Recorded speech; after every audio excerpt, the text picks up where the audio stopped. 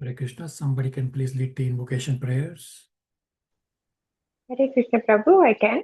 Go ahead.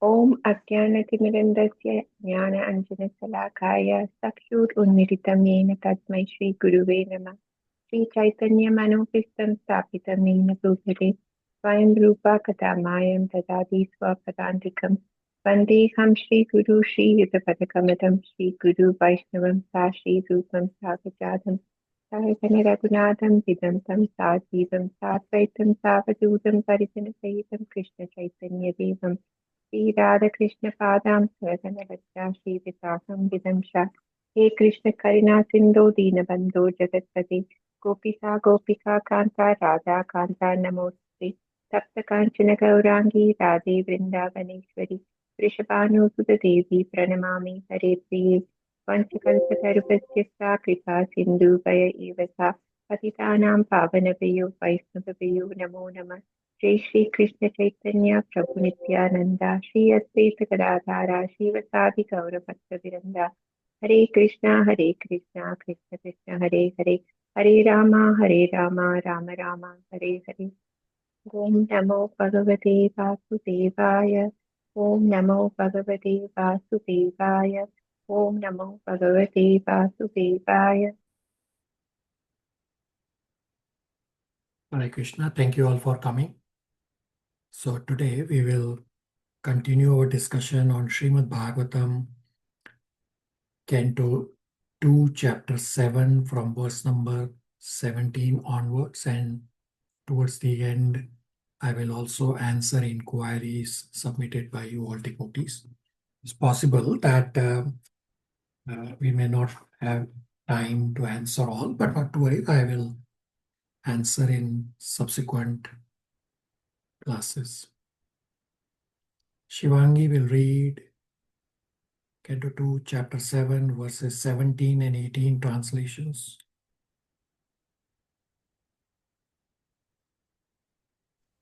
One minute, Prabhuji, I just pull it up.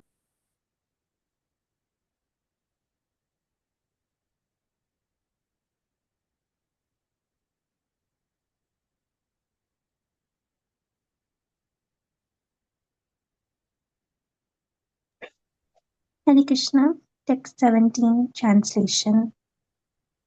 The Lord, although transcendental to all material modes, still surpassed all the qualities of the sons of Aditi, known as the Adityas.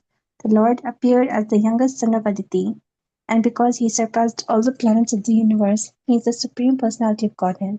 On the pretense of asking for a measurement of 3 footsteps of land, he took away all the lands of Bali Maharaja. He asked simply because, without begging, no authority can take one's rightful possession. Text 18. Bali Maharaja, who put on his head the water washed from the lotus feet of the Lord, did not think of anything besides his promise, in spite of being forbidden by his spiritual master. The king dedicated his own personal body to fulfill the measurement of the Lord's third step. For such a personality, even the kingdom of heaven, which he conquered by his strength, was of no value. Hare Krishna. So discussion is continuing on the various incarnations of the Lord. In verse 18 purport, Prabhupada explains that Lord's special favor is when he takes away our opulences, our attachments. That's when the devotee becomes fully surrendered, that there is nobody except Krishna who can help me, and therefore the devotee goes on to surrender. So when the Lord takes away, that's when he becomes completely dependent, because right now I am so much dependent on my family, on my opulences. So the Lord sees that the devotee wants to come to him, but the possessions, the material possessions, are the hindrances. Therefore, the Lord takes away the material possessions. If our possessions are not in our way, they are not the hindrances, then the Lord does not take away our possessions. So it's not that we should always be without possessions. No, it's the attachment that is the problem, and therefore the Lord removes those hindrances by taking away those hindrances.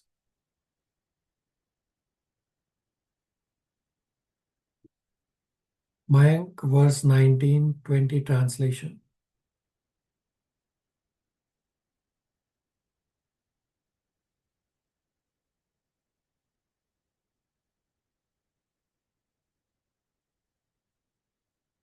One minute, Prabhuji.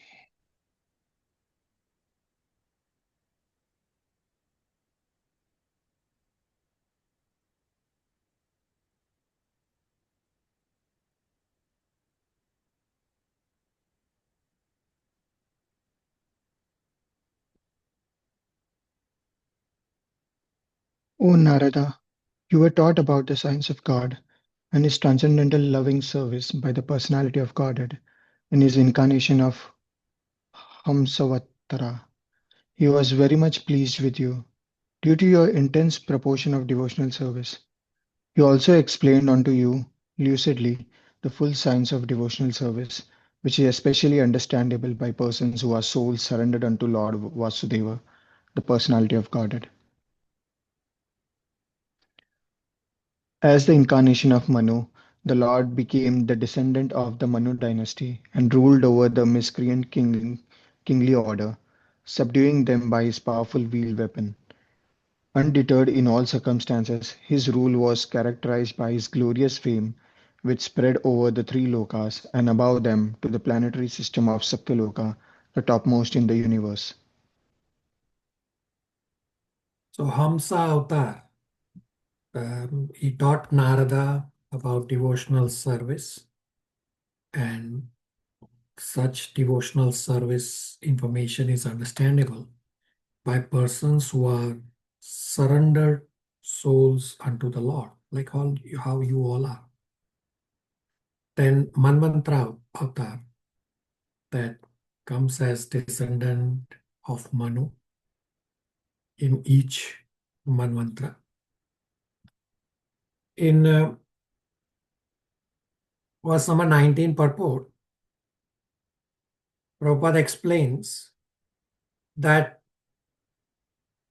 the preliminary qualification is to become willing cooperators of the Lord. Preliminary qualification for entering into devotional service of the Lord is that one become a willing cooperator, and as such, one should voluntarily cooperate with devotees who are already engaged in transcendental devotional service of the Lord.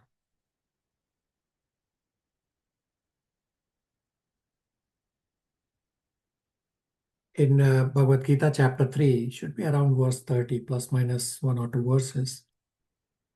Not minus, but definitely plus verse. Verse 30 onwards, one of the verse in the purport Prabhupada explains that you can judge your surrender level when you voluntarily take up the instructions of Krishna and you follow, or you voluntarily just honor prasadam. Right? So this is the level of surrender. This is how you can judge your surrender level. Questions, comments, realizations?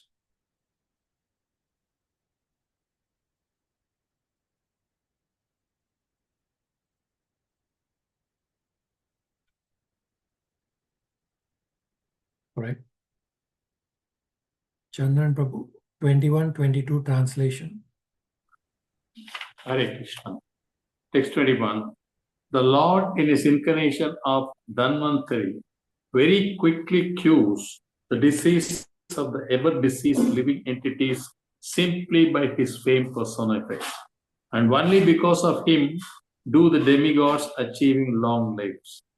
Thus, the personality of Godhead becomes ever glorified.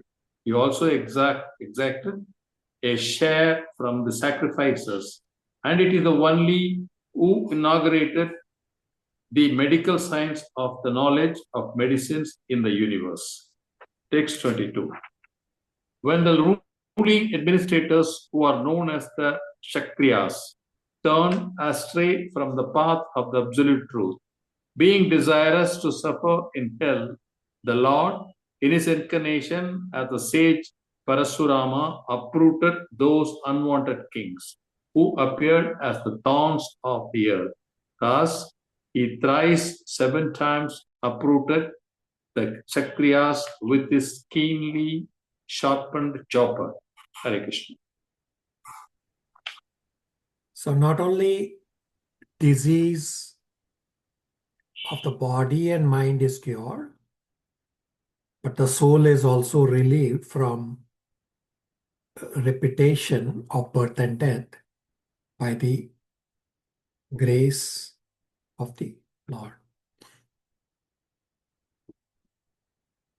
Nitya 23 translation and purport.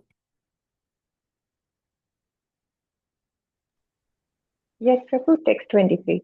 Due to his causeless mercy upon all living entities within the universe, the Supreme Personality of Godhead, along with his planetary extensions, appeared in the family of Maharaj Ikshvaku as the Lord of his internal potency, Sita.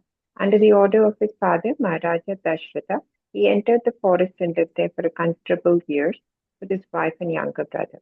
Ravana, who was very materially powerful with 10 heads on his shoulder, committed a great offense against him and was thus ultimately vanquished. Purport. Lord Rama is the Supreme Personality of Godhead, and his brothers, namely Bharata, Lakshmana, and Shatrughna, are his planetary expansions. All 4 brothers are Vishnu Tattva and were never ordinary human beings. There are many unscrupulous and ignorant commentators on Ramayana who present the younger brothers of Lord Ramachandra as ordinary living entities. But here in the Srimad Bhagavatam, the most authentic scripture on the science of Godhead, it is clearly stated that his brothers were his planetary expansions. Originally, Lord Ramachandra is the incarnation of Vasudeva. Lakshmana is the incarnation of Sankarsana. Bharata is the incarnation of Pradyumna. And Shatrughna is the incarnation of Aniruddha. Expansions of the personality of Godhead. Lakshmiji, Sita, is the internal potency of the Lord and is neither an ordinary woman nor the external potency incarnation of Durga. Durga is the external potency of the Lord, and she is associated with Lord Shiva. As stated in Bhagavad Gita 4.7, the Lord appears when there are discrepancies in the discharge of actual religion. Lord Ramachandra also appeared under the same circumstances, accompanied by his brothers for expansion of the Lord's internal potency and by Lakshmiji Sita Devi. Lord Ramachandra was ordered by his father, Maharaja Dashratha, to leave home for the forest under awkward circumstances. And the Lord, as the ideal son of his father, carried out the order even on the occasion of his being declared the king of Ayodhya. One of his younger brothers, Lakshmanaji, desired to go with him, and so also his eternal wife Sitaji desired to go with him. The Lord agreed to both of them, and altogether they entered the Karanaya forest to live there for 14 years. During this day in the forest, there was some quarrel between Ramachandra and Ravana, and they later kidnapped the Lord's wife Sita. The quarrel ended in the vanquishing of the greatly powerful Ravana, along with all his kingdom and family. Sita is Lakshmiji, or the goddess of fortune, but she is never to be enjoyed by any living being. She is meant for being worshipped by the living being along with her husband Sri Ramachandra. A materialistic man like Ravana does not understand this great truth, but on the contrary, he wants to snatch Sita Devi from the custody of Rama, and thus incurs great misdeeds.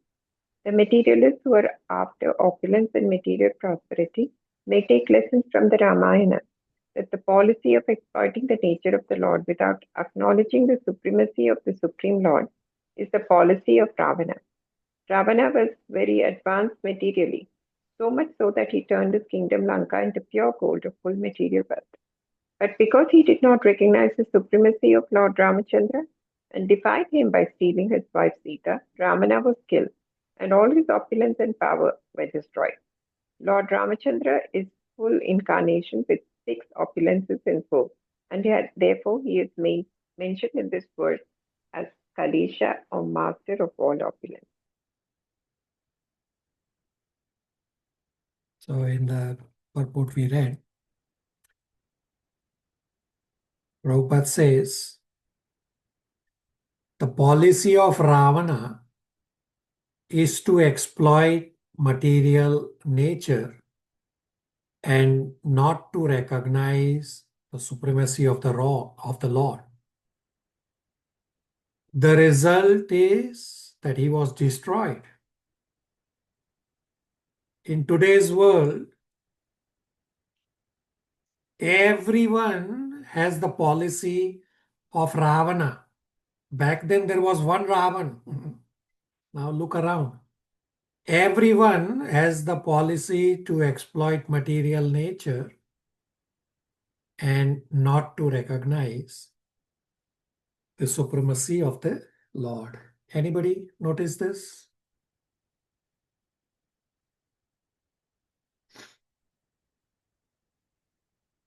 Yes, Prabhu. Divya 24 purport, translation and purport.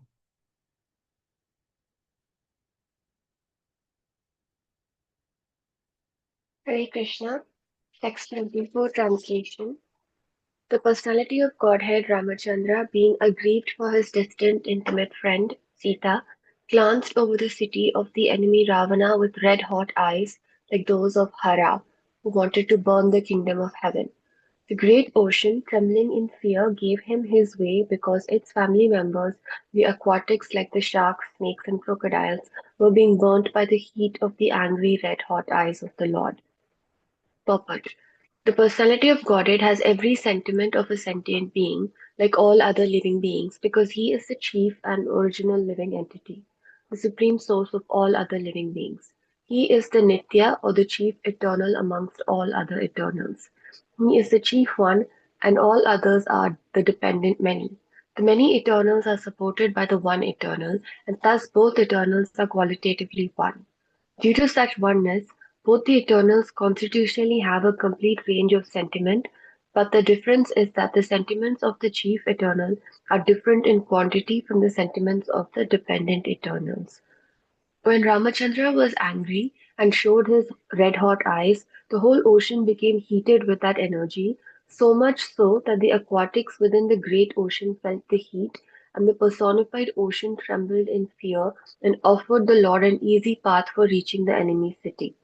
The impersonalists will see havoc in this red-hot sentiment of the Lord because they want to see negation and perfection. Because the Lord is absolute, the impersonalists imagine that in the absolute the sentiment of anger, which resembles mundane sentiments, must be conspicuous by absence.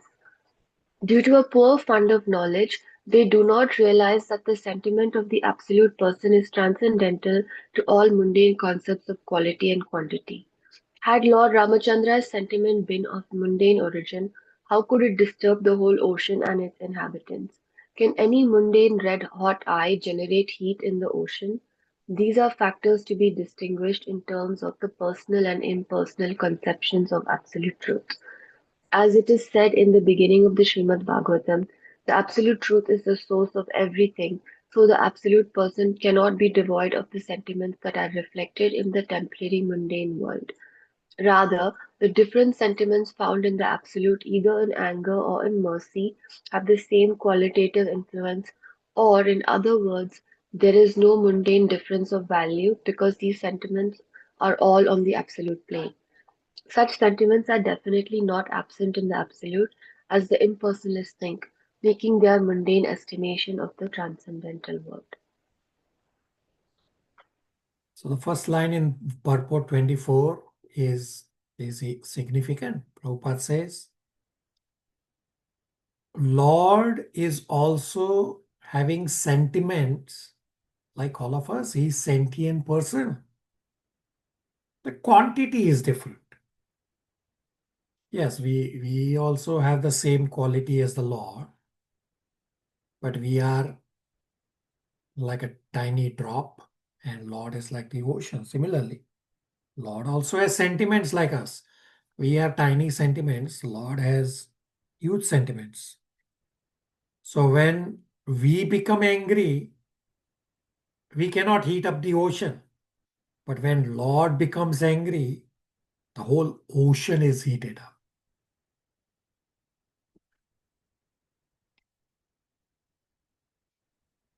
Verse number 25 is straightforward on the protection of the Lord. Archana, 25 translation. Hare Krishna, everyone. Translation for verse 25. When Ravana was engaged in the battle, the trunk of the elephant which carried the king of heaven, Indra, broke in a piece, having collided with the chest of Ravan, and the scattered, broken part illuminated all direction. Ravan therefore felt proud of his power, prowess, and began to loiter in the midst of the fighting soldiers, thinking himself the conqueror of all direction, but his laughter overtaken by joy. Along with along with his very air of life, suddenly cease with the tingling sound of the bow of Ramachandra, the personality of a Godhead. Hare Krishna. So these verses 23, 24, 25 are all on Ramchandra and how he vanquished Ravana. So what has happened so far? What have we discussed? That in chapter 5, Shanarmuni asked questions to Brahmaji that, is there anyone superior to you? And Brahmaji said, yes, I am secondary creator. After what Lord already creates as part of original creation. He's actually the creator.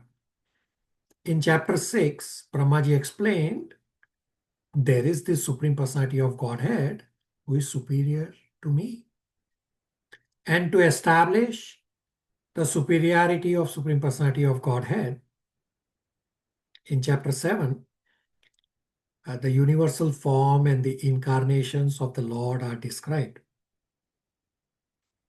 That's what we discussed so far in the first part of this chapter 7, the various incarnations of the Lord. So we accept an incarnation as God when they are described in scriptures. From this chapter 7, we need to understand that Lord is all powerful. And then understanding this chapter will become easier and meaningful. So this is what Brahmaji is establishing in this chapter 7, that Krishna is the Supreme Personality of Godhead. And he also explained the universal form and the various incarnations of the Lord, as well as now he will explain the activities of the Lord. So part 2 is verses 26 to 35. Title is Activities of Lord Krishna.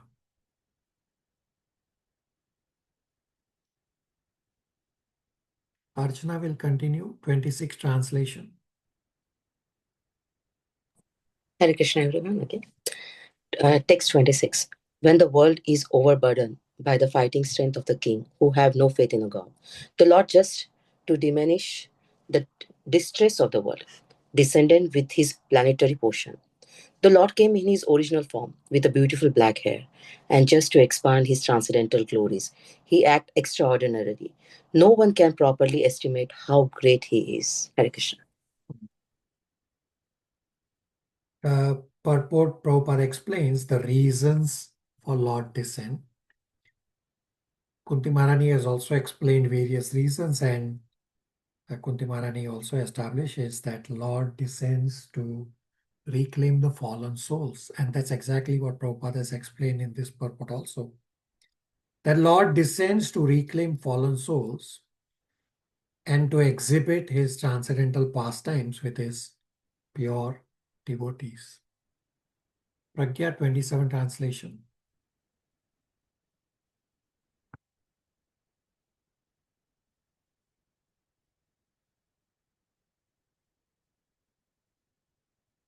Ji Prabhuji, 27 translation.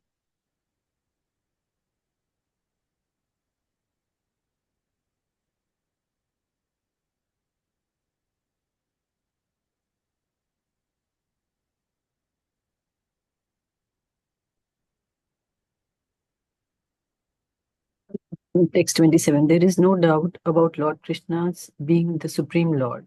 Otherwise, how was it possible for him to kill a giant demon like Putna when he was just on the lap of his mother, to overturn a cart from his leg when he was only 3 months old, or to uproot a pair of Arjuna trees so high that they touched the sky when he was only crawling? All these activities are impossible for anyone other than the Lord himself. Hare Krishna. So all these activities are impossible for anyone other than Lord himself. So all these verses 26 to 35 are describing that superhuman activities of Lord Krishna. In the purport, Prabhupada explains,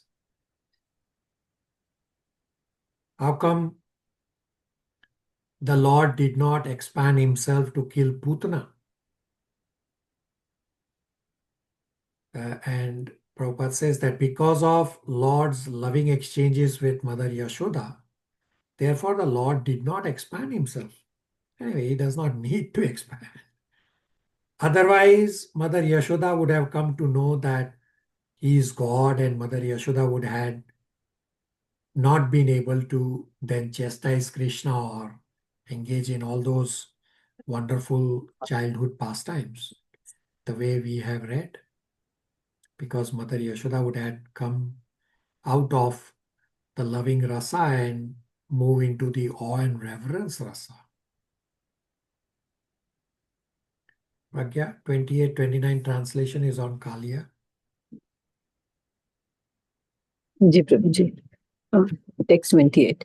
Then also, when the cowherd boys and their animals drank the poisoned water of the river Yamuna, and after the Lord in his childhood revived them by his merciful glance, just to purify the water of the river Yamuna, he jumped into it as if playing and chastised the venomous Kaliya snake, which was lurking there, its tongue emitting waves of poison. Who can perform such Herculean tasks but the Supreme Lord? Text 29. On the very night of the day of the chastisement of the Kaliya snake, when the inhabitants of Rajbhumi were sleeping carefreely, there was a forest fire ablaze due to dry leaves, and it appeared that all the inhabitants were sure to meet their death.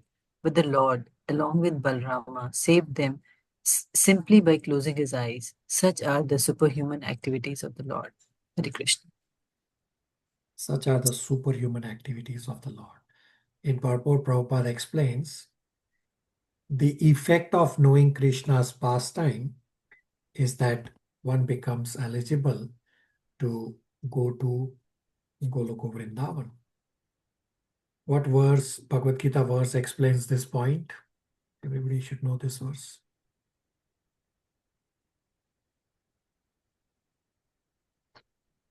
Somebody?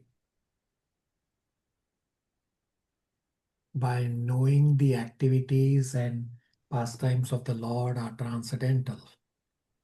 So I explained to you the translation in the middle. How do you look up this verse? You should anyway know it. Janma karma chame divyam. Yes. What's the verse? Who wants to recite?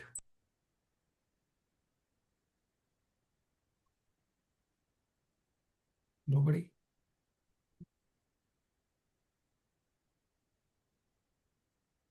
Anybody found the verse? Janma karma chame divyam.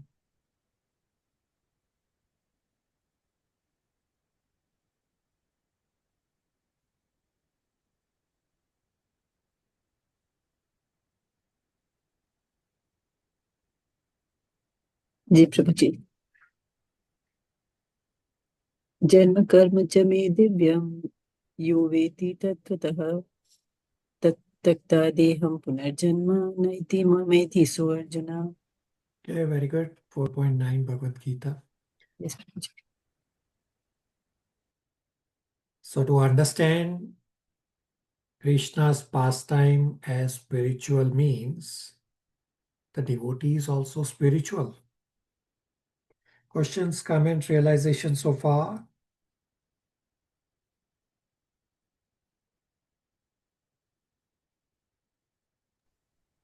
Prabhu, I think one of the devotees had asked this question, but with the different sentiments exhibited by the Lord, anger or mercy, they have to be seen as the same. They're qualitatively the same and they offer the same benediction. You are correct. I will discuss in the question and answer session that Lord is absolute. So whether the Lord chastises any demons, like some we read today, or Lord touches his conch shell on the head of Dhruv Maharaj as blessing, is identical, because Lord is absolute. Nitya. Thank All right. So verse number 30 is on Damodar Leela and Krishna showing the universal form in his mouth. Divya, 30 translation.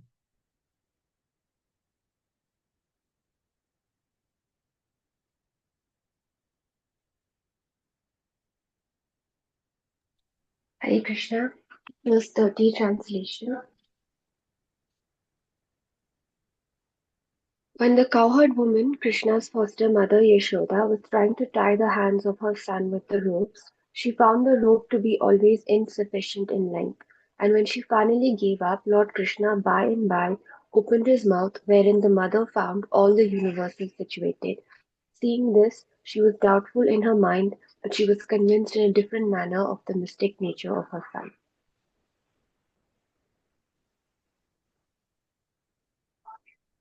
The rope fell short by 2 fingers all time. The 2 fingers represents one is our endeavor. So Mother Yashoda also did not give up. That was the endeavor. And even if you do endeavor, the second is also important of Lord's mercy. That only when we get Lord's mercy, just as Mother Yashoda, for Mother Yashoda also, when Lord gave the mercy, is when Mother Yashoda was able to bind Krishna. And in the purport, Prabhupada explains the actions of Yog Maya are so perfect to execute the Lord's pastimes. Therefore, Mother Yashoda could never think that her son is the Supreme Personality of Godhead. In verse 31 translation, there are few pastimes described. Nitya 21, oh sorry, 31. Yes, Prabhu. Lord Krishna saved his foster father Nanda Maharaja from the fear of the demigod Varuna and released the cowherd boys from the caves of the mountains, for they were placed there by the son of Maya. Also, to the inhabitants of Vrindavana who were busy working during daytime and sleeping soundly at night because of their hard labor in the day, Lord Krishna awarded promotion to the highest planet in the spiritual sky. All these acts are transcendental and certainly prove without any doubt his godhood. In the purport, Prabhupada explains about Vrajvasi's central point is Krishna. All the activities of Vrajvasis are surrounded around Krishna. So if we also do all our activities with Krishna in the center, then it becomes Bhakti Yoga. So I had given you an example that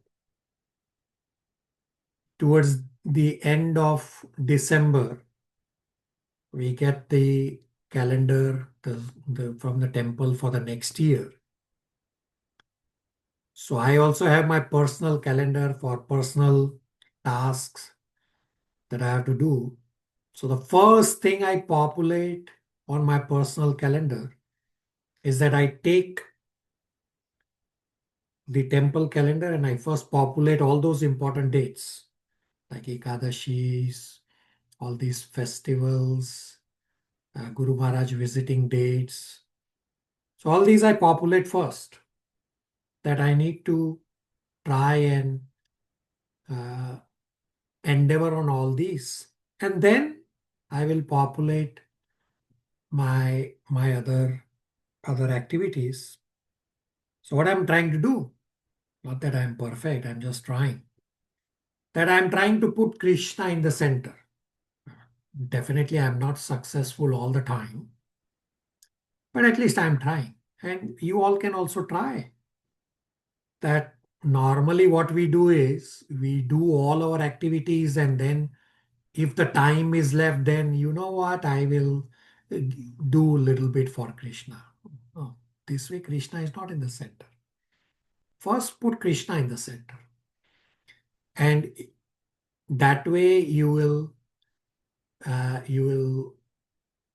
follow Vrajvasis. So we should tune our lives, our day-to-day activities in such a way that we always remember Krishna. This is the perfection. So many of you do practice this very nicely. For those who are not, you should take it up, and those who are practicing should just keep doing this more and more so that your karma portion gradually decreases and the bhakti portion gradually increases. Questions, comments, realizations, is that doable for all of you?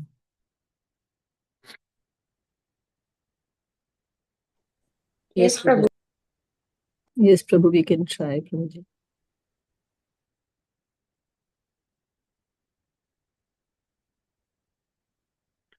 Chandran, verse 32, translation is on Krishna stopping the sacrifice for Indra. Hare Krishna. Text 30. When the cowherd man Vrindavana, under instruction of Krishna, stopped offering sacrifice to the heavenly king, Indra, the whole tract of land known as Praja was threatened with being washed away by constant heavy rains for 7 days. Lord Krishna, out of his causeless mercy upon the inhabitants of Praja, held up the hill known as Govardhana with one hand only. Although he was only 7 years old, he did this to protect the animals from the onslaught of water. Hare Krishna. So Prabhupada explains that in the purport, there is no need to worship demigods. If one is engaged in service of Supreme Lord, then demigods are automatically satisfied, being parts and parcels of the Lord. Plus, of course, we have discussed in Bhagavad Gita chapter 9, 23, that demigod worship is avidhi purvakam, done in a wrong way. And therefore, in 9.23 purport towards the end, Krishna says that he does not approve the unnecessary worship of demigods. Verse 33 is straightforward on Sankachuta, then 34, 35 are also straightforward on demons killed by the Lord or by Lord's associates. Mayan, 33 to 35 translations.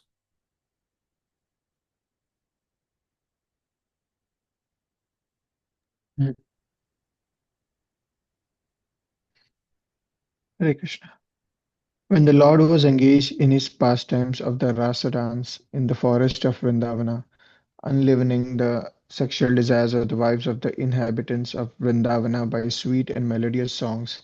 A demon of the name Sanka should a rich follower of the treasurer of heaven, Kuvera, kidnapped the damsels, and the Lord severed his head from his trunk.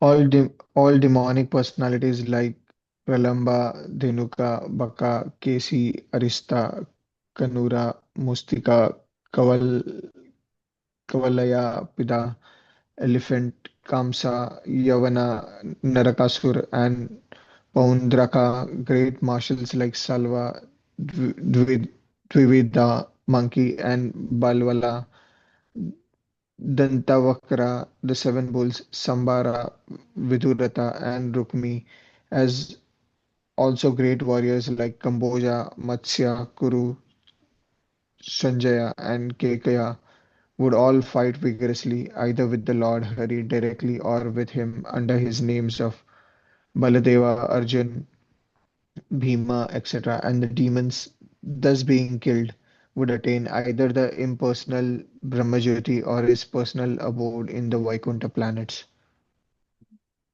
So straightforward that many demons killed. And we have discussed this many times that if a demon is killed by the Vishnu form of Krishna, then the demon attains Brahman effulgence. And therefore, Prabhupada has said this in many lectures about Gyan yogis, that all these demons are residing in Brahman effulgence. Why do you want to follow the Gyan process to attain Brahman effulgence? I mean, there are many more other issues with Brahman effulgence attainment. That there is no activity, therefore the soul falls down even after attaining such high destination. And when the Krishna form of Krishna kills a demon, the demon attains Goloka Vrindavan, Putana being the perfect example, that even today, Putana is in Goloka Vrindavan as a nurse for Krishna because she came in the disguise as a mother. So Krishna gave, oh, you wanted to be my mother, so be my mother. So she's as a nurse. Questions, comments, realizations.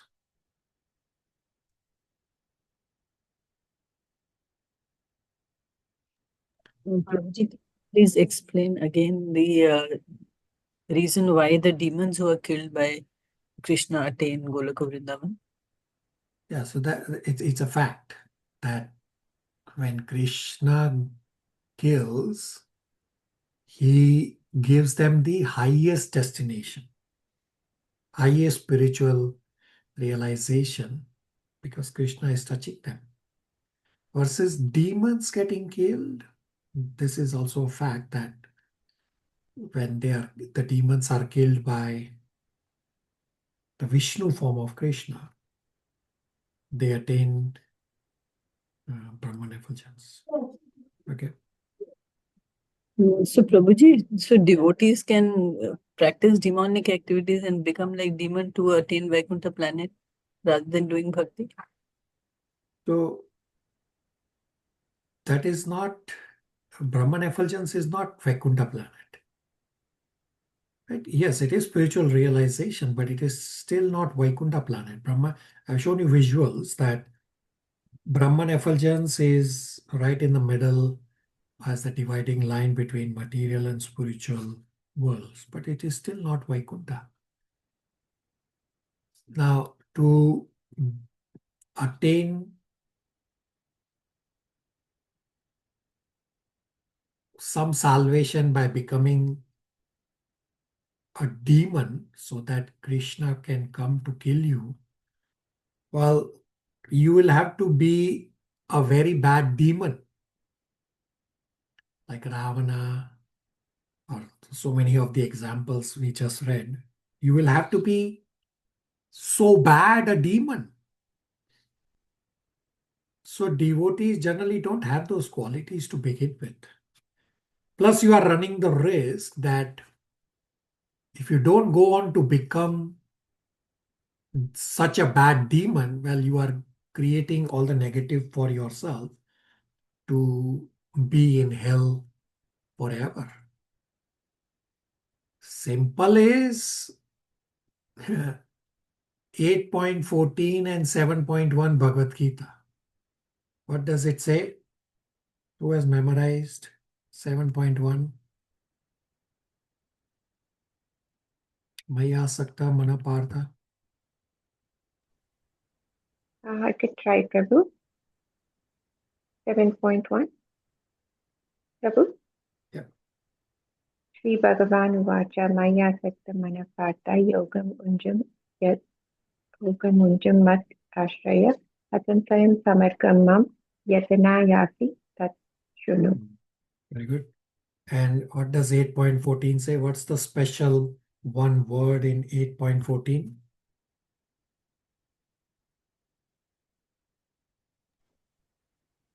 Pre-action meditation, Prabhu? No, Bhakti Yoga Sulabha. Yeah, Sulabha. Pre-action meditation is 8.7. So 8.14 has the word Sulabha. Very good. That bhakti is easier to achieve, to attain love of God. Thank you, Nitya. Pragya? Prabhuji, but we say that this is Kali Yuga and there are so many people with huge demoniac qualities. We see them everywhere. We talk about them, Yeah. politicians and others. So are they also having their elevation path? I do not know them well.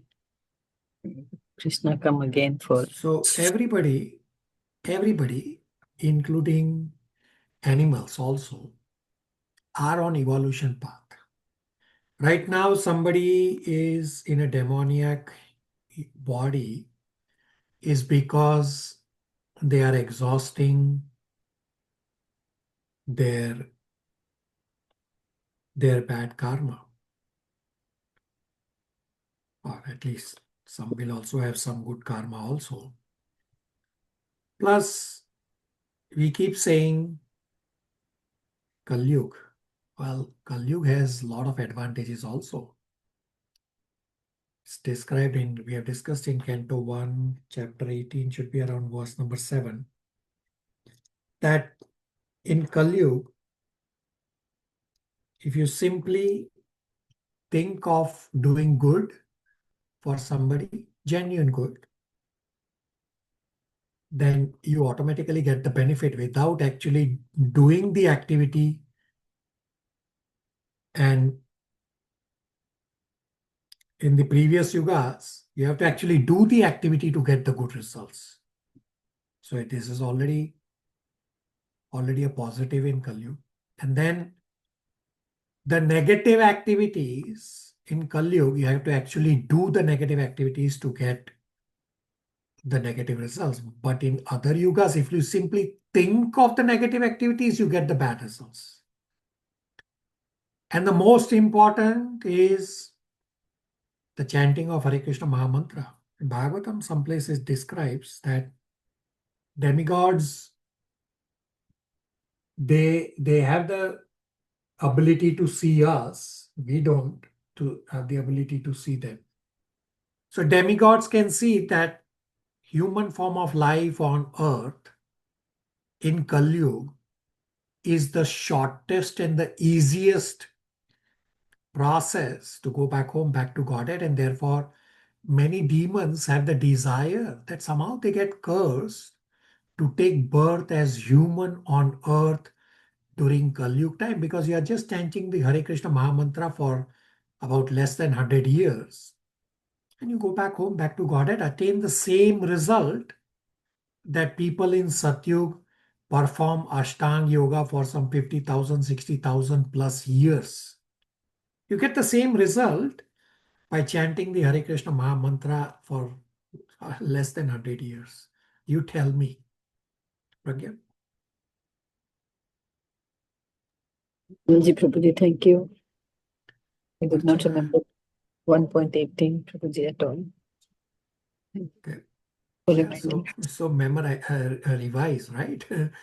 we have to keep revising. So one of the devotee has pointed out in the striking points, I think it should be the first point, that we keep forgetting, therefore we have to keep revising.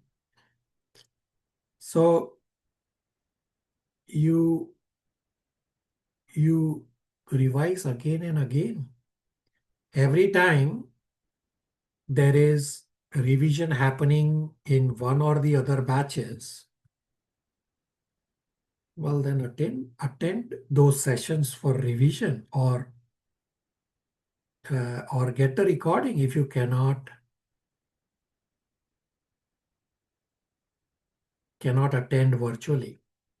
So I have 1.18.7 on the screen, and read it later. And Pragya can read the last line highlighted. Ji Prabhuji.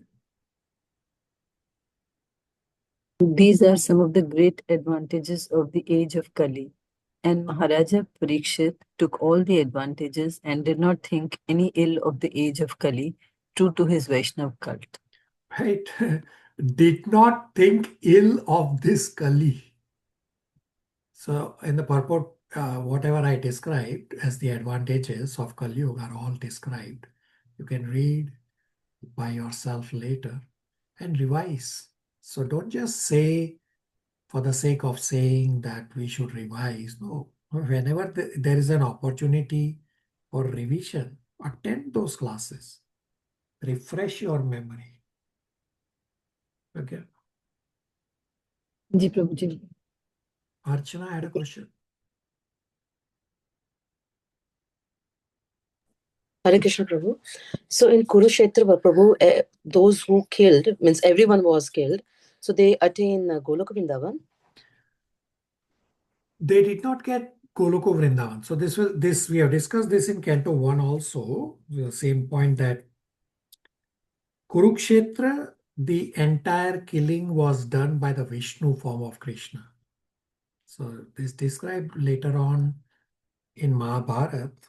There's this character Barbari, who Krishna put his head, cut off his head and put it up on a mountain to just observe the fight. So there's a long story. I won't get into it. So even though his head was cut, but he was able to see and what was going on. And later on, when he was asked what did he see in Kurukshetra, and he said everyone was killed by Krishna. So the Krishna on Arjuna's chariot was the Vishnu form, although you can't use that blindly. The killing was done by the Vishnu form of Krishna. Original Krishna was there with Arjuna.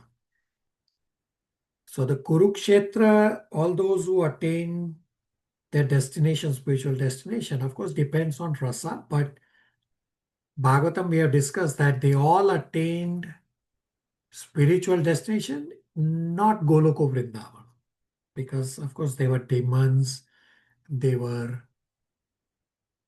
having enmity against Krishna's devotees, so that also becomes a hindrance. They would have attained spiritual destinations, but not Goloka Vrindavan.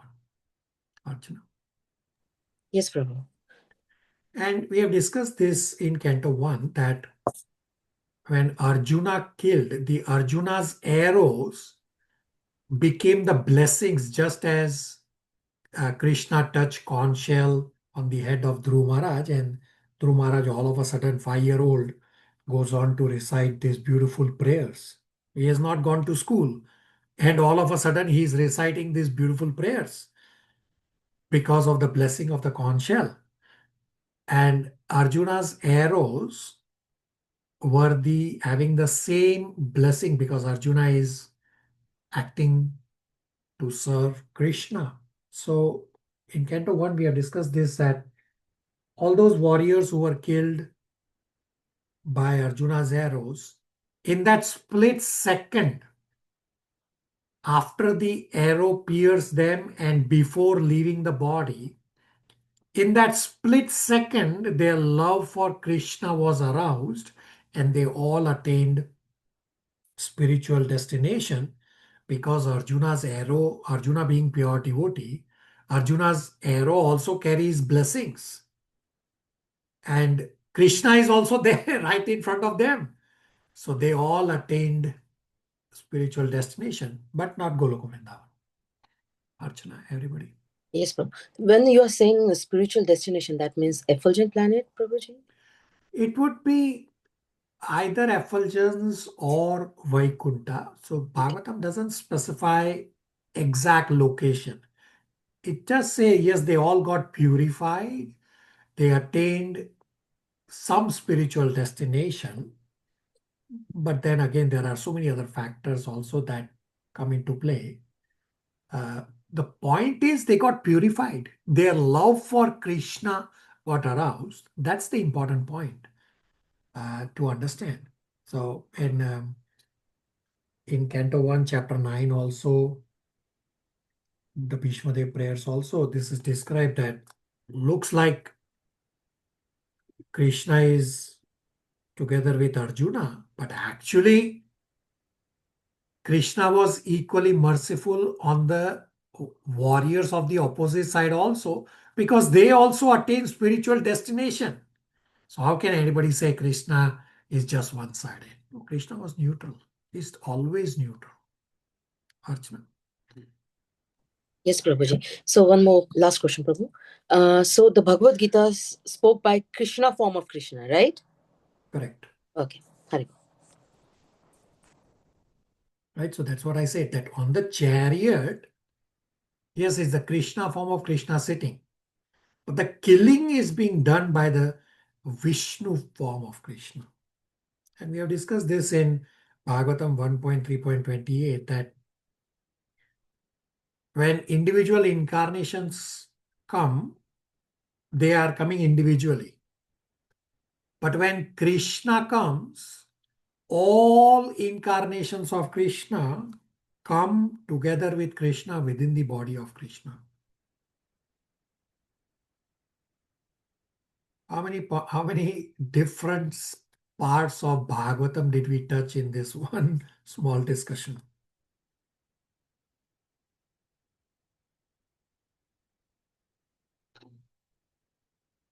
Nitya had a question.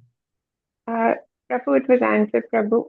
Just the understanding that at the end of like the Kalki Avatar, which will come at the God will come at the end of Kali Yuga, so we would infer that the same thing would happen. All demoniac people will get vanquished and they will get the liberation. So it's part of God's Leela, correct, Prabhu? That some of the demons were cursed, some of the demons who appeared, they were cursed, and they were to appear like that, and then Lord exhibits his Leela. You are correct. Everything is Lord's Leela. In Canto 3, chapters 13 to 19 on Varahadev's incarnation, one of the purport Prabhupada explains that Krishna has the desire to enjoy the fighting rasa also. But in spiritual world, there is nobody to fight. Everybody is bowing down to Krishna and everybody is engaged in loving devotional service. So how does he satisfy his fighting rasa? Therefore, Prabhupada says that therefore Krishna comes in the material world to satisfy his fighting rasa. And who can fight with Krishna? Therefore, he gives this some ability to these demons to fight. For example, in Canto 3, chapters 13 to 19 is on Varahadev fight with Hiranyaksha. So Hiranyaksha, of course, is special that Jai Vijay got cursed on a purpose. And Krishna said, okay, you go to material world as demons for 3 lives and you satisfy my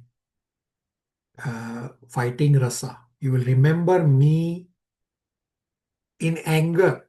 I mean, it's an amazing benediction. Jai Vijay are so very dear devotees of Krishna. And they come as demons to fight with Krishna. And that fight of Varahadev and Hiranyaksha is amazing. That Hiranyaksha is able to beat up Varahadev, or not beat up as in completely beat up, but at least hit the mace of Varahadev, that the mace fell off. I mean, this is not possible. But still, that fight also, Brahmaji goes on to describe that stop playing with Hiranyaksha. Just kill this demon. The auspicious time is already going. Just kill this demon right now. But even after Brahmaji says to kill the demon, Krishna continues the fight for 6 more hours or so because he was enjoying the fight. I mean, it's like a grown-up parent having a little fight with a small child. The child is not having enough strength, but still the parent is enjoying that fighting rasa with the child. It's not actually a fight. It's just a rasa. And that's exactly what is described in this Varahadev and Hiranyaksha's fight. That Krishna was enjoying that fight and he was playing. The word there is playing. It's not fighting. He was playing with Hiranyaksha just as the parent plays with a young child as if they are fighting, and the parent is saying, oh, they are fighting like this as if they are really fighting, but it's not really a fight. Archana? Thank you. Or Nitya, sorry. All right. And Nitya's point about Kalki Avatar is coming up in verse 38 anyway. So verses 36 to 39 again has many more incarnations discussed. 36 has Srila Vyasadeva as Shakti Avesha Avatar, and then 37 as about Buddha. Now this Buddha is the different Buddha than what we know. Pragya, 36 and 37 translations, and then 37 purport. Ji Prabhuji. Verse 36. The Lord himself in his incarnation as the son of Satyavati, Vyasadeva, will consider his compilation of the Vedic literature to be very difficult for the less intelligent persons with short life, and thus he will divide the tree of Vedic knowledge into different branches according to the circumstances of the particular age. Text 37. When the atheist, after being well versed in the Vedic scientific knowledge, annihilate inhabitants of different planets, flying unseen in the sky on well-built rockets prepared by the great scientist Maya, the Lord will bewilder their minds by dressing himself attractively as Buddha and will preach on sub-religious principles. Purport. This incarnation of Lord Buddha is not the same Buddha incarnation we have in the present history of mankind. According to Srila Jiva Goswami, the Buddha incarnation mentioned in this verse appeared in a different Kali age. In the duration of life of one Manu, there are more than 772 Kali Yugas. And in one of them, the particular type of Buddha mentioned here would appear. Lord Buddha incarnates at a time when the people are most materialistic and preaches common sense religious principles. Such ahimsa is not a religious principle itself, but it is an important quality for persons who are actually religious. It is a common sense religion because one is advised to do no harm to any other animal or living being, because such harmful actions are equally harmful to he who does the harm. But before learning these principles of non-violence, one has to learn 2 other principles, namely to be humble and be prideless. Unless one is humble and prideless, one cannot be harmless and non-violent. And after being non-violent, one has to learn tolerance and simplicity of living. One must offer respect to the great religious preachers and spiritual leaders, and also train the senses for controlled action. learning to be unattached to family and home, and enacting devotional service to the Lord, etc. At the ultimate stage, one has to accept the Lord and become his devotee. Otherwise, there is no religion. In religious principles, there must be God in the center. Otherwise, simple moral instructions are merely sub-religious principles, generally known as upadharma, or nearness to religious principles. Hare Krishna. So we read that this is a different Buddha, and Prabhupada points out an important point that one has to learn to tolerate, live a simple life, and of course, be non-violent as well. Questions, comments, realizations? Prabhuji, this is a different Buddha because of the time he appeared in or because of the qualities? Because of the time that he appeared. So Brahmaji's one day is divided into 14 parts, and Manu, there are 14 Manus in one 12-hour day of Brahmaji. Is all described in Canto 3. So there are so many cycles of yugas. We have discussed that one day of Brahmaji has 1,000 cycles. So Bhagavatam describes one particular cycle, but then there are already so many cycles happening within one day. So this we'll discuss in one of the devotee asks a question about this also, about chronology. That Bhagavatam is from Canto 3 onwards to Canto 8 and Canto 9 is whatever happens in one day of Brahmaji. But one day of Brahmaji has 1,000 cycles of the 4 yugas. Bhagavatam is just describing generally one cycle, any one of the cycle. We don't know which cycle it is. But then there are incidences of a different cycle. And I'll give you a simple example to understand this. If you read Canto 4, at the start has Dhruv Maharaj pastime. And Dhruv Maharaj ruled for 36,000 years. Well, obviously that is Satyug, because people had that much long life in Satyug.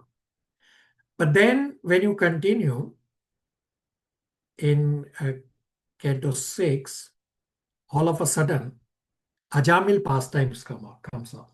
Now, Ajamil, his life is described about some 80 or 90 years. Well, that is Kali Yuga.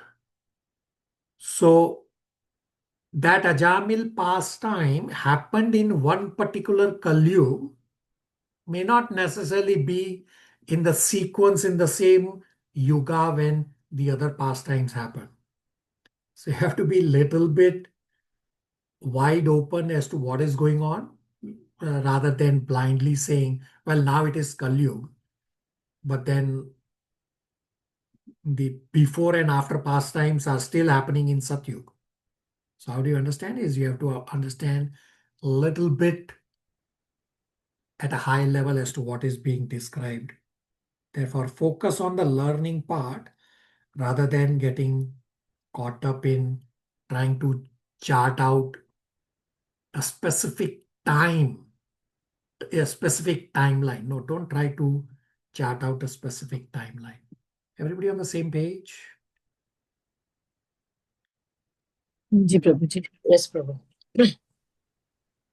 So it is like the best incident is in the Srimad Bhagavatam, right, Prabhu? Absolutely correct. Mm-hmm. Right? And Srimad Bhagavatam is not entire life of Krishna. Srimad Bhagavatam is just as headlines you read in a newspaper. You don't go into the detail. You're just reading headlines. Bhagavatam 90 chapters of Canto 10, they are just headlines. And that too just very few headlines, not 100%. Krishna's pastimes, activities are way beyond, way too many to count. They are like the grains of sand on a beach. How many grains of sand? Can you count those grains of sand on a beach? Any one beach? No, Prabhuji. Impossible. Right? And there are so many beaches. So that's the volume of Krishna's activities. And Lord Balram, in his original Anantashesh incarnation, who has infinite hoods, each of those hoods is reciting a different glory of Krishna since time immemorial, and will continue to recite a different glory of Krishna since time immemorial in future, and he's not going to get finished. That many uh, uh, activities are there of Krishna, and Bhagavatam is just a tiny headline.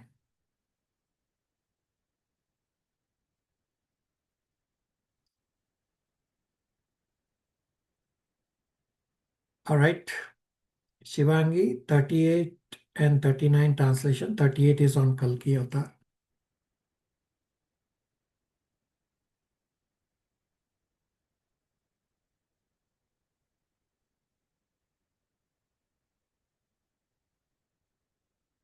Shivangi. Yes, Prabhuji. 38 and 39 translation. Thereafter, at the end of Kali Yuga, when there exist no topics on the subject of God, even at the residences of so-called saints and respectable gentlemen of the three higher castes, and when the power of government is transferred to the hands of ministers elected from the low-born Shudra class, or those less than them, and when there is nothing known of the techniques of sacrifice even by word at the time, the Lord will appear as the supreme chastiser. At the beginning of creation, there are penance, myself, Brahma, and the Prajapatis, the great sages who generate. Then, during the maintenance of the creation, there are Lord Vishnu, the demigods with controlling powers, and the kings of different planets. But at the end, there is irreligion, and then Lord Shiva and the atheists full of anger, etc. All of them are different representative manifestations of the energy of the supreme power, the Lord. Hare So Krishna. 38 is on Kalki Avatar at the end of Kali. Kalki will appear as the supreme chastiser, and then verse 39 is on the various guna avatars. Questions, comments, realizations? Prabhu, just a realization. As we are hearing more from Srimad Bhagavatam, realize how little we know or understand about God. Very good. Very good realization. Absolutely correct. We are only hardly touching the surface.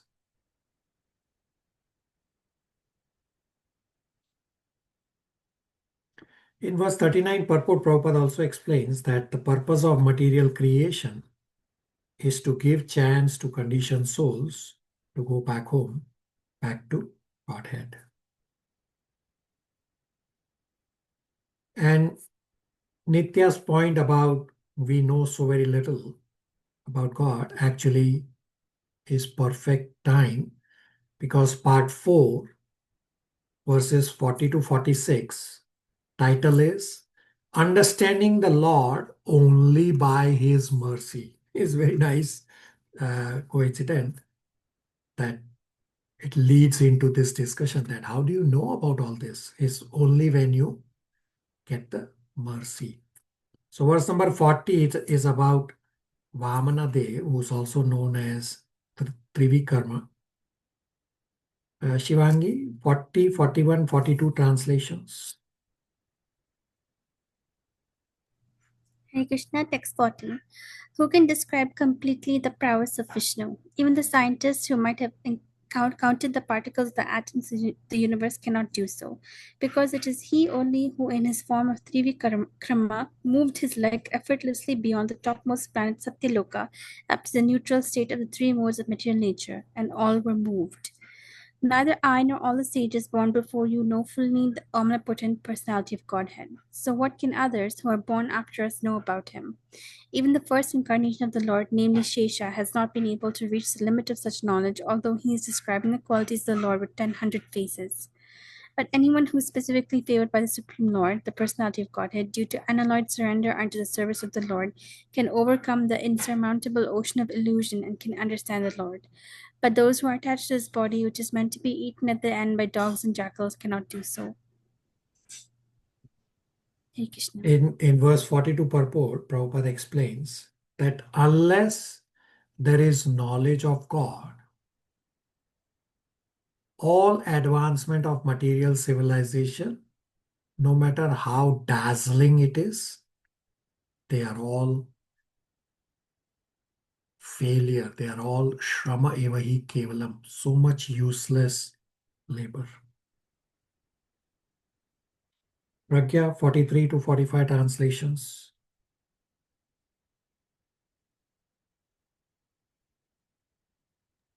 Ji Prabhuji. Text 43 to 45. O Narada, although the potencies of the Lord are unknowable and immeasurable, still, because we are all surrendered souls, we know how he acts through Yoga Maya potencies. And similarly, the potencies of the Lord are also known to the all-powerful Shiva, the great king of the atheist family, namely Prahlad Maharaja, Swayambhu Manu, his wife Satarupa, his sons and daughters like Priyavrata, Uttanpada, Akuti, Devahuti, and Prasuti, Prachina, Barhi, Ribhu, Anga, and the father of Veena, Maharaj Dhruv, Iksvasu, Aila, Mukukunda, Maharaj Janaka, Gadhi, Raghu, Ambarisa, Sagara, Gaya, Nahusa, Mandahata, Alarka, Sadaveni, Anu, Ratni, Deva, Bhishma, Bali, Amrutarya, Dilipa, Saubhari, Utanka, Sibi, Devala, Pipalada, Saravasta, Buddhava, Parasara, Bhuri Sena, Vibhishana, Hanuman, Sukhdev, Goswami, Arjun, Arstisena, Vidur, Shurutu Devi, Deva, etc. Hare Krishna. So here a list of personalities is given who all understand the potencies of the Lord. We don't even know them. We only know few of them. And Srila Prabhupada says, scientists do not understand material manifestations in full. How can they understand what is beyond material manifestation? The only way to understand what is beyond material manifestation is from authority, which is coming down from Supreme Personality of Godhead in disciplic succession through these scriptures. So the scriptures coming in parampara explain what we don't know. And this is the proper way to understand spirituality. Questions, comments, realizations? Prabhuji, I just was reading this text 42, in which we are talking about the first incarnation of Lord Shesha. So text 41. So, Prabhuji, Shesha was the incarnation of the Lord, right? You are correct. That's Lord Then- Balram. then- So I have shown you visuals for that also. Yeah, go ahead. Okay, Shesha is Lord Balaram. Correct. Okay, Prabhuji, then why does it say that Shesha has not been able to reach the limit of such knowledge, although he is describing the qualities of the Lord with 1,000 faces? Yeah, that's If- exactly if- what. So That's the Lord exact- himself is not able to describe himself. Is that something? So it's a separate personality. It's the first incarnation of Lord is Lord Balram in the form of Shesha. And the Lord's activities are so many that Shesha, each of his so many infinite different hoods, is describing a different glory of the Lord since time immemorial in the past, and will continue to recite a different glory of Krishna for time immemorial in future. And he will not be finished. Just the example I gave for counting the grains of sand on any beach. That's exactly the point that we read in the verse, that Shesha is not able to complete reciting all those glories. Prabhuji, he and Krishna Avatar, they appeared simultaneously. Because he was his brother, right? So we know you were referring to during Mahabharata time, Krishna and Balaram, right? Yes, Prabhuji. And Subhadra was their sister. Yeah, so they didn't appear together. They appeared one after the other. So we know that Lord Balram is the seventh child, and he got transferred to Mother Rohini, and then Krishna appeared as the eighth child. So why did Lord Balram first appear in Mother Devaki's womb and not just appear directly in Rohini's womb? The reason is, and you can notice this during Rath Yatra also, the reason is Balram is the eternal servant. So Lord Balram first went into Mother Devaki's womb to clean up everything so that Krishna can appear there. And therefore, he went there, cleaned up everything, and the previous 6 sons are described as anarthas getting cleared up. Again, just for philosophical understanding. And then Balram also needs to be there with Krishna. Therefore, Balram got transferred to Rohini's womb. Now, there's also an amazing pastime, not pastime, but a description that Yogmaya was given this task to transfer Lord Balram from Mother Devaki's womb to Mother Rohini, and Yogmaya said, "What? That is Lord Balram. It is impossible. He is very powerful. He is very heavy.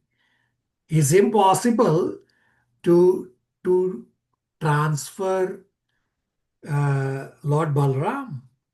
And Krishna told Yogmaya, take that ability from me and go and transfer Lord Balram from Mother Devaki's womb to Mother Rohini. And that's how Yogmaya went ahead and did that transfer of the fetus of Lord Balram from Mother Devaki to Mother Rohini. And then Krishna appeared. So there was a time gap. Therefore, Lord Balram is elder. Right? They did not appear as twins. They appear. Lord Balram is elder in that particular pastime, and then Krishna appeared. And therefore, Krishna will always call Lord Balram as Thou. Thou is elder brother. Okay? Ji, Prabhuji.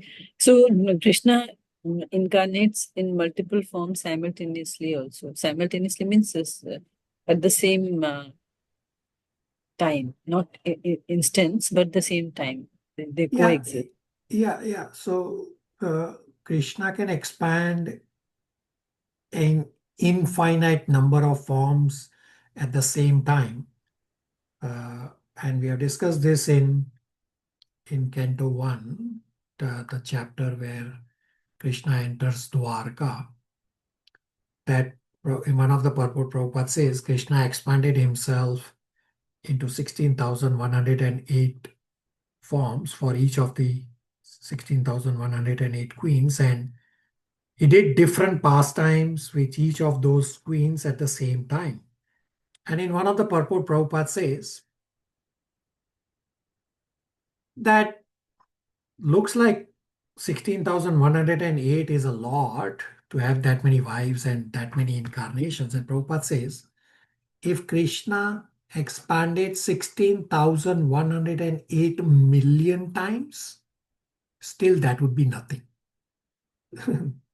Right? So we cannot imagine Krishna. He's beyond our any imagination. Okay.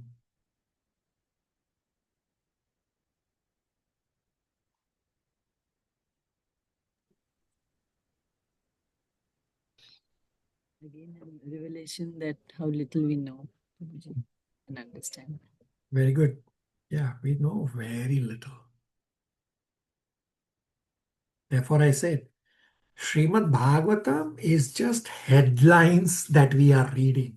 That too, not all headlines, just a tiny bit of headlines, just so that we can get purified, and then we can come to doing devotional service in spiritual world properly. So in Canto 4, in the Dhruv Maharaj chapters, should be chapter 11 or 12, one of the purport, Prabhupada says, he gives the analogy of mango, a ripe mango or an unripe mango. That whether the mango is ripe or unripe, both are mango, but there's a difference. The ripe mango is very relishable. Similarly, the devotional services that we are doing on material world, which we are doing according to scriptures and under spiritual master, is like unripe mango. When we get purified and we go back home, back to Godhead, and we do devotional services direct for Krishna in association with Krishna and other pure devotees, that is like ripe mango, devotional service that you are relishing. Pragya, everybody. Ji Prabhuji. Thank you.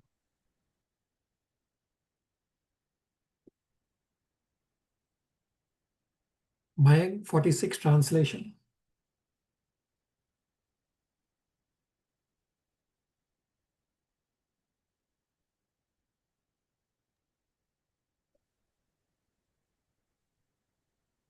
Hare Krishna. Surrendered souls, even from groups leading sinful lives, such as women, the laborer class, the mountaineers, and the Siberians, or even the birds and beasts, can also know about the science of Godhead and become liberated from the clutches of the illusory energy by surrendering onto the pure devotees of the Lord and by following in their footsteps in devotional service. Purport Prabhupada explains, just as in material world, any profession requires a particular qualification, similarly, surrender is the qualification required for devotional service.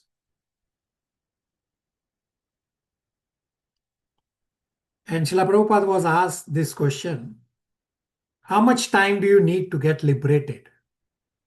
And Prabhupada said, just one moment. Have you not read Bhagavad Gita? And Prabhupada quoted 18.66. He said, in an instance, you will get purified simply by surrender. And Srila Prabhupada says, surrender means if one is determined, then one can surrender in an instance, in one moment, he will get purified.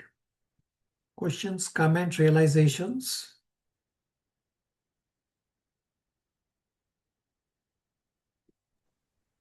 Prabhu, again in this verse it states women as leading sinful lives. I mean, I again think men too have sinful lives. I mean, they should just say souls leading sinful lives. Yeah, everyone is living sinful lives, so don't get hung up on woman. We have discussed at great length about woman, and Pragya also had some refreshers on that part recently, just in last few days. So don't get hung up on male, females.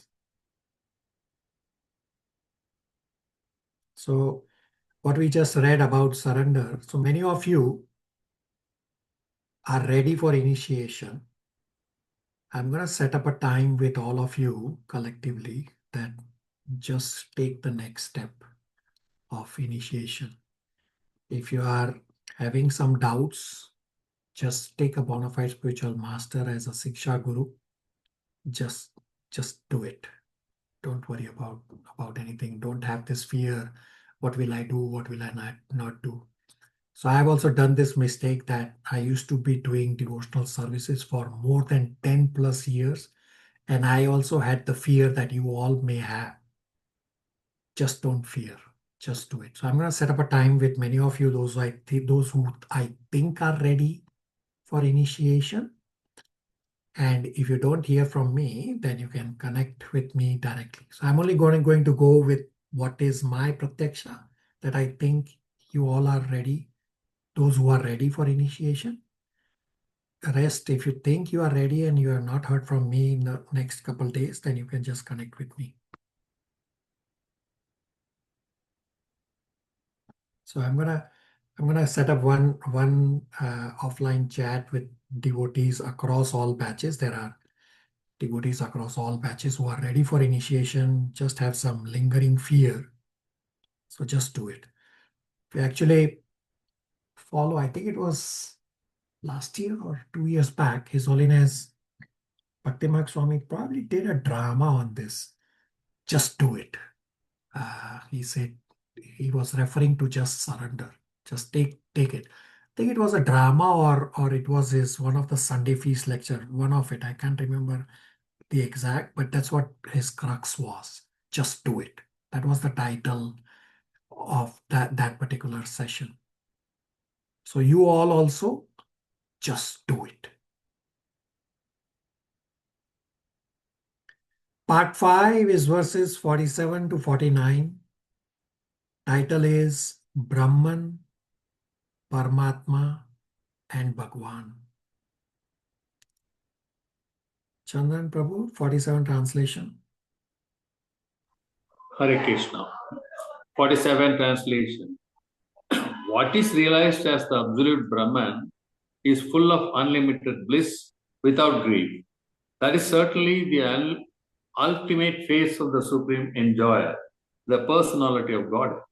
He is eternally void of all disturbances and fearless. He is complete consciousness as opposed to matter, uncontaminated and without distinctions. He is the principal primal cause of all causes and effects, in whom there is no sacrifice or fruitive activities, and in whom the illusory energy does not stand. Text 48. Hold on. So in 47, Purport Prabhupada explains that material world happiness, which anyway is a so-called happiness, this material world so-called happiness has a beginning and an end. But if we learn to be happy with Supreme Personality of Godhead, then the happiness is never ending. Nitya, 48 translation and purport.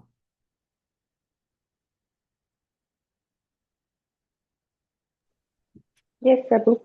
In such a transcendental state, there is no need of artificial control of the mind, mental speculation, or meditation, as performed by the jnanis and yogis. One gives up such processes as the heavenly king Indra foregoes the trouble to dig a well.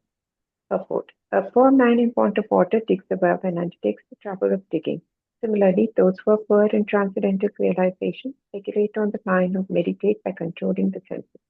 But they do not know that such control of the senses and achievement of spiritual perfection are simultaneously made possible as soon as one is factually engaged in the transcendental loving service of the Supreme Person, the Supreme Personality of Godhead.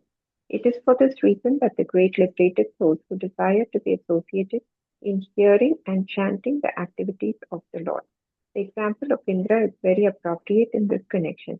King Indra of heaven is the controlling deity or demigod for arranging clouds and supplying rains in the universe, and as such, he does not have to take the trouble to dig a well for his personal water supply. For him, digging a well for water supply is simply ludicrous. Similarly, those who are actually engaged in the loving service of the Lord have attained the ultimate goal of life, and for them there is no need of mental speculation to find out the true nature of God or his activities, nor do such devotees have to meditate upon the imaginary or real identity of the Lord. Because they are factually engaged in the transcendental loving service of the Lord's pure devotees have already achieved the results of mental speculation and meditation. The real perfection of life is therefore to be engaged in the transcendental loving service of the Lord. Poor man in want of water digs a well and undertakes the trouble of digging. Similarly, those who are poor in transcendental realization, they speculate on mind or meditate by controlling the senses. But they do not know that control of senses and achievement of spiritual perfection are simultaneously possible as soon as one is factually engaged in transcendental loving service of the Lord. And Prabhupada gives the example of Indra, the king of heaven, is the controlling demigod for supplying rains in the universe. And as such, Indra does not have to take the trouble to dig a well for his personal water supply. Similarly, those who are factually engaged in loving service of the Lord have already attained the ultimate goal of life.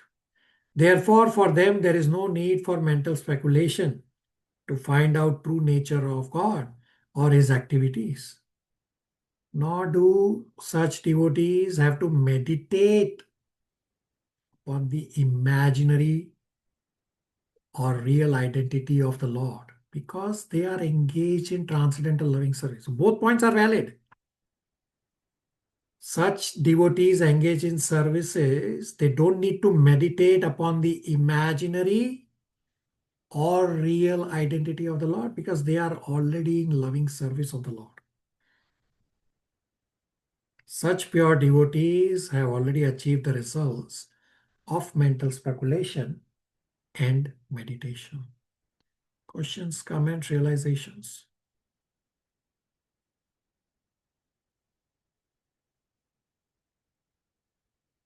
Archana, last verse for today, 49, and then you read paragraph number 4, which starts one should not. Hare Krishna. Text 49. The personality of a Godhead is a supreme master of everything, auspicious because the result of whatever action are performed by the living being in either the material or a spiritual existence are awarded by the Lord. As such, he is the ultimate benefactor. Every individual living entity is unborn, and therefore, even after the annihilation of the material elementary body, the living entity exists exactly like the air within the body. 1, 2, 3, 4. One should not, however, mistakenly think that after the inhalation of this present body, there is no body by which one can associate with the Lord face to face. The living entity is unborn. It is not that he is manifested with the creation of a material body. On the other hand, it is true that the material body developed only by the desire of living entity. The evolution of material body is due to desire of living being. According to desire of living being, the material body developed. So, from the spiritual soul, the material body came into the existence, generally from the living force. Since the living being is eternal, he exists just like the air within the body. Air is within and without the body. Therefore, when the external covering, the material body, is vanquished, the living spark, like the air within the body, continue to exist. And by the direction of the Lord, because he is ultimate benefactor, the living entity is at once awarded the necessary spiritual body. befitting his association with the Lord in the manner of Sarupa, equal bodily features. Salokya, equal facility to live on the same planet with the Lord. Sarthi, equal position of opulence like the Lord. And Samipya, the equal association with the Lord. Hare Krishna. Right, so these are the types of liberation: Sarupya, Salokya, Sarishti, and Samipya. But devotee is not interested in all these liberation, simply engaged in devotional service. So Prabhupada explained in the purport we read, once the body is no more, the spirit soul continues to exist. When there are no more material desires and you have spiritual desires only, then we get a spiritual body. The last set of verses, 50 to 53, is a summary. So, in essence of time, I will, because there are some purports also to read, so I will cover these verses in our subsequent class, because we spend a lot of time on very good discussions. The purpose of Bhagavatam is not to put a tick mark, but to relish. So you all are relishing, therefore you are all asking appropriate questions. You all are hearing with rapt attention. Very good. So we'll cover this in our subsequent class. And we'll also cover chapter 8. Chapter 8 is also straightforward, just listing of questions. And we may straddle into chapter 9 also. So we'll see how time goes, and depends on how many inquiries you submit. So right now I will answer inquiries for the rest 15 some minutes that we have. First spiritual endeavor for today. Analogy is from 2.7.48. In transcendental state, there is no need of artificial control of mind, mental speculation, or meditation as performed by jnanis and yogis.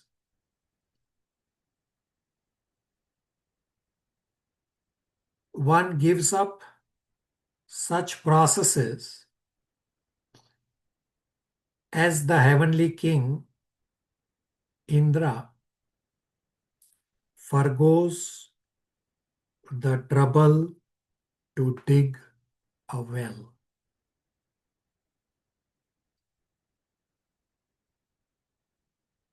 For next class, read chapter 8 if you have not already read, and also read chapter 9, first half of the chapter at least. We won't cover the whole chapter 9. And I already mentioned a couple classes back about understand the Bhagavad Gita Chaturshloki. Some of you did, you responded to me. I don't know what happened with others. So if you have not already understood or refreshed your memory from Bhagavad Gita Chaturshloki, then please do so. In Srimad Bhagavatam also has Chaturshloki Srimad Bhagavatam in chapter 9, which is the summary of entire Srimad Bhagavatam. So you can also consider to memorize the Bhagavad Gita Chaturshloki verses.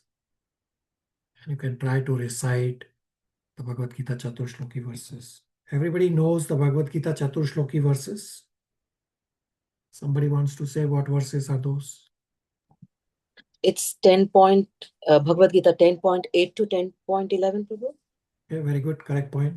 Chapter 10, verses 8, 9, 10, 11 are the Bhagavad Gita Chaturshloki verses. So refresh your memory if you have not already done so. All right, I will now answer inquiries submitted by devotees. I'm pretty sure we will have some left over, which I will answer in subsequent classes. Thank you all for all your amazing inquiries. Your inquiries continue to be your mercy on me. Because of your inquiries, I spend so much time researching the answers and speaking about Krishna Katha. Thank you. Question number 1. Are the incarnations described in Srimad Bhagavatam, Canto 2, Chapter 7, the only incarnations?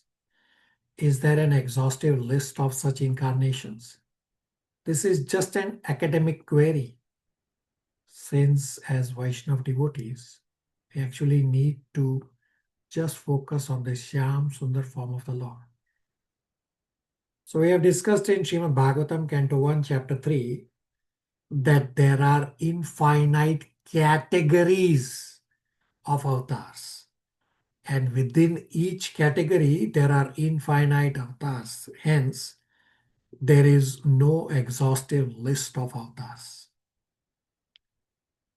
The listing of avatars in Srimad Bhagavatam is just to come to the point of Srimad Bhagavatam 1.3.28, that all incarnations come from Krishna, and Krishna is the original Supreme Personality of Godhead.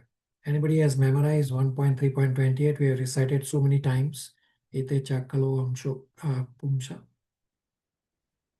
Nitya has recited last time. Anybody else? So recite, memorize. Don't spend time on material things. Absorb your mind in Bhagavatam. And all these verses are important verses. They should be there in your memory. They should come like this, like how you click, click, click, click, click, click. That's how it should come. Ete cha amsa kalau pumsa Krishnastu Bhagavan Swan Indrari Vyakulam Lokam Nadayante Yuge Yuge. Does that answer the inquiry?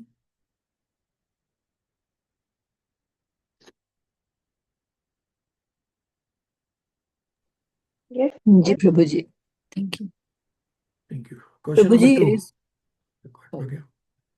Prabhuji, is Jesus Christ also incarnation of Krishna?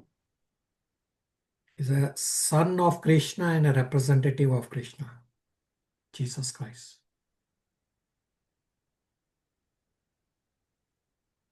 Okay, Prabhuji. And Prophet Muhammad also. Prophet Muhammad would be a representative. So although this is my Prataksha Praman, I haven't gone into details for these other religions. Some I know briefly. So if at all, would be a representative of Krishna, just as we have bona fide spiritual masters. So we discussed this in 18.66, that you can surrender to Krishna or Krishna's representatives. But again, I don't know the details about all the other religions. So I'm just explaining it as my Prataksha Praman. If you happen to know the correct point from some lectures from some acharyas, then you can ignore what I just described.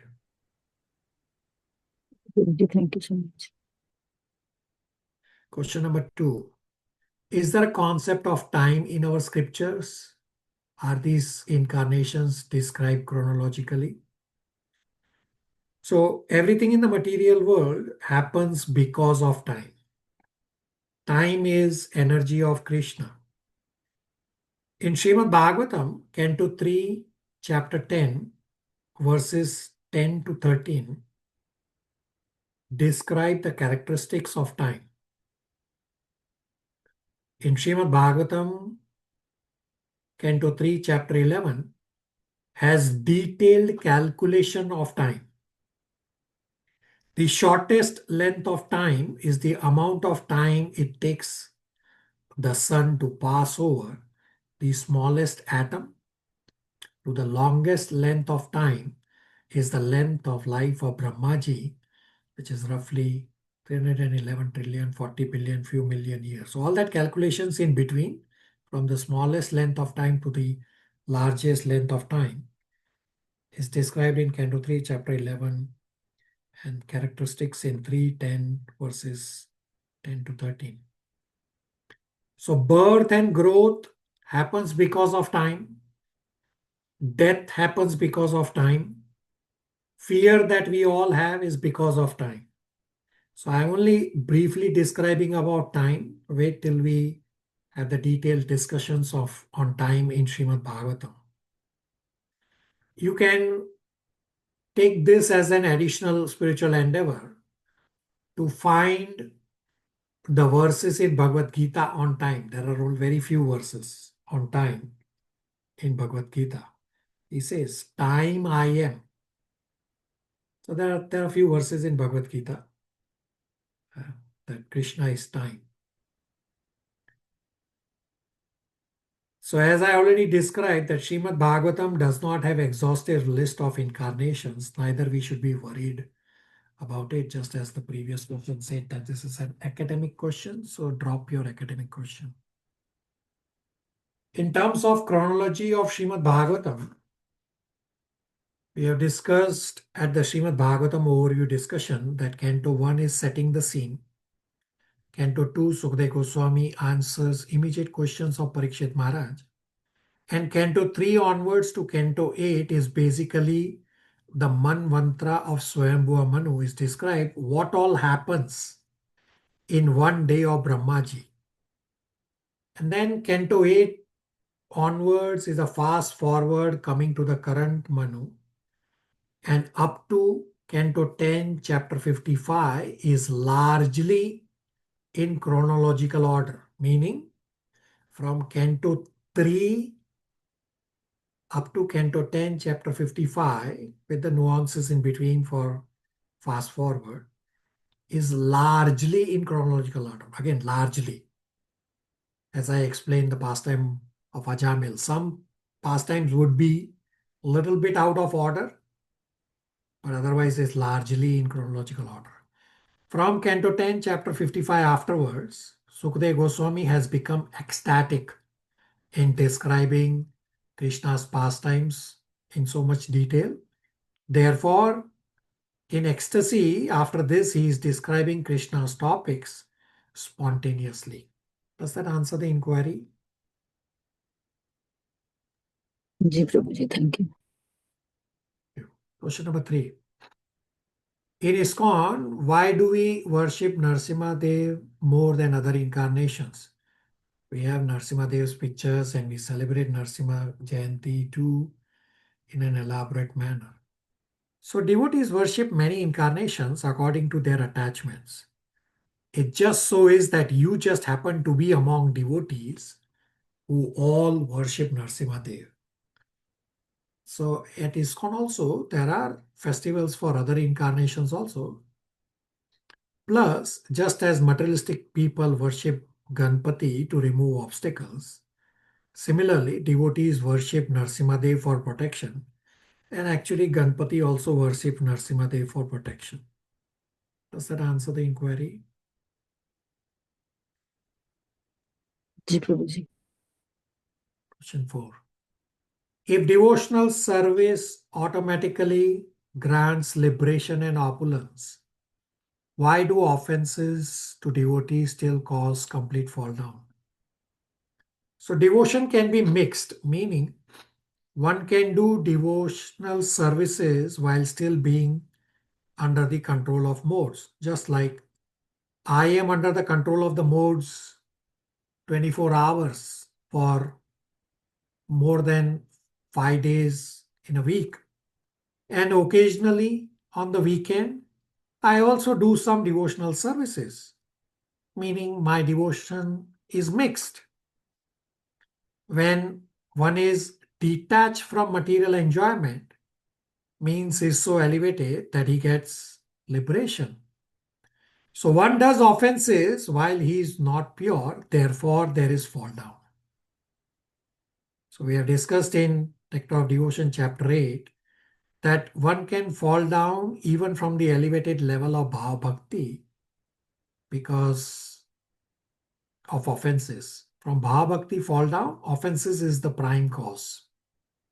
But when one reaches Prema Bhakti level, there is no chance of offense. So while we may be doing devotional service, but understand that it is mixed, not pure. Therefore, offenses happen and therefore fall down happens. Does that answer?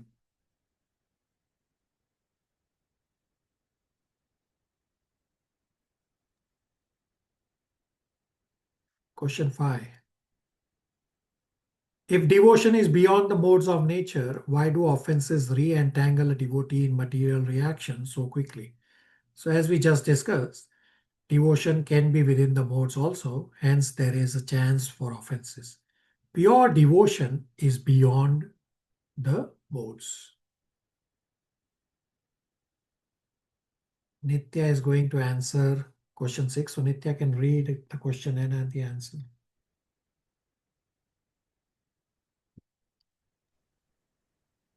If the Lord descends repeatedly to protect the devotees, why does he sometimes allow his own devotees to be humiliated, cursed, or destroyed by reaction?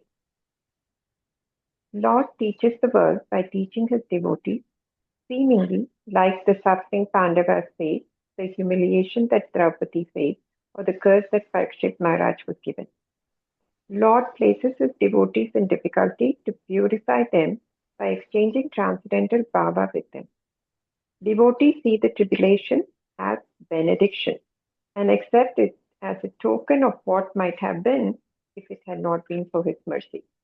Tribulation caused by Kala, the inevitable time, is actually a forcible expression of lost energy and his inexplicable wish in the material world. Even the pious have to suffer.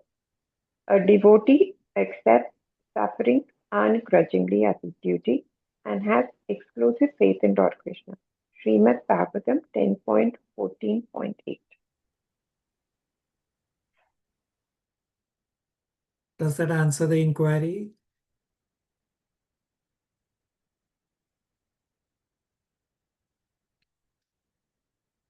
Thank you, Nitya. Question number 7.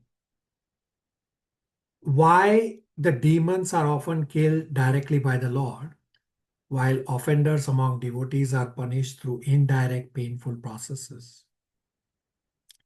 In Srimad Bhagavatam, Canto 3, chapters 13 to 19, the chapters on Varadev's incarnation and the fight with Hiranyaksha, discussion is that Krishna wants to satisfy his fighting nature, but in spiritual world, there is no one to fight. Hence, Krishna comes to material world to satisfy the fighting rasa. And even in material world, who can fight with Krishna? No one. Hence, as an example, Krishna created this Leela of Krishna's very dear devotees Jai Vijay getting cursed, and Krishna gives them special power to be able to fight with Krishna and thus satisfy Krishna's fighting desire. So Hiranyakashipu, Hiranyaksha, Ravan, Kumbhakarna, Shishupal and Dandavakra are the 3 incarnations of Jai Vijay who came as demons to satisfy Krishna's fighting rasa. So all these demons are actually Krishna's Leela to satisfy Krishna's fighting rasa, which we also discussed in our discussion today also.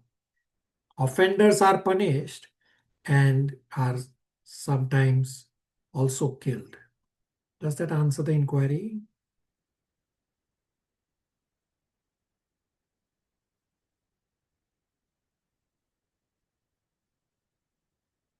Question number 8. Why does the Lord appear immediately for a distressed devotee like Ajendra, yet remains silent when a proud devotee commits offenses? So from Canto 1, Chapter 8, Kunti Maharani Prayers, 1.8.26, Akinchana Gochara, and 1.8.27, Akinchana Vidyaya, are Krishna's quality, that one who is Akinchana Gochara, who has no one else to protect, then he turns to Krishna with feelings. Hence, he becomes the property of Krishna, and then Krishna protects his property, just as we protect our material assets. So anyone committing offenses means he is not yet pure. Hence, he is under the control of external energy, and external energy is whipping him. Does that answer the inquiry?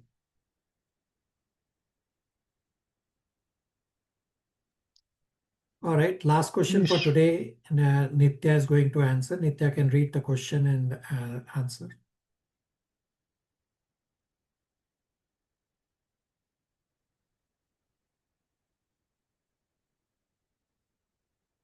Nitya. Yes, Prabhu. Sorry. Why does the Lord often wait for a devotee to reach complete helplessness before intervening?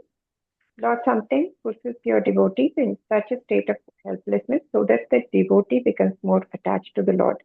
The more the attachment to the Lord, more is perfection for the devotee. A pious person, when facing material calamities, actually surrenders more and more to the Lord and seeks shelter at the lotus feet of the Lord and thus receives his mercy, as did Draupadi, Uttara, and Gajendra. Does that answer the inquiry? Yes, Prabhuji. Thank you so much. Thank you, Nitya. So I have few more inquiries which I will answer in subsequent classes. So right now you can please take snapshot of striking points. You have 4 slides. Slide 1.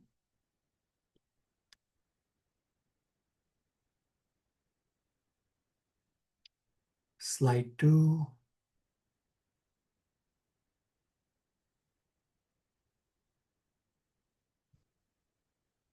Slide 3.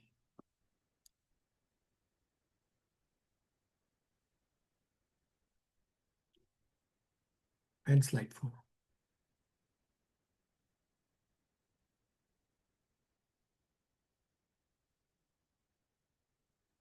All right. We will stop here. Hare Krishna, everybody. Thank you, Prabhuji. Hare Krishna.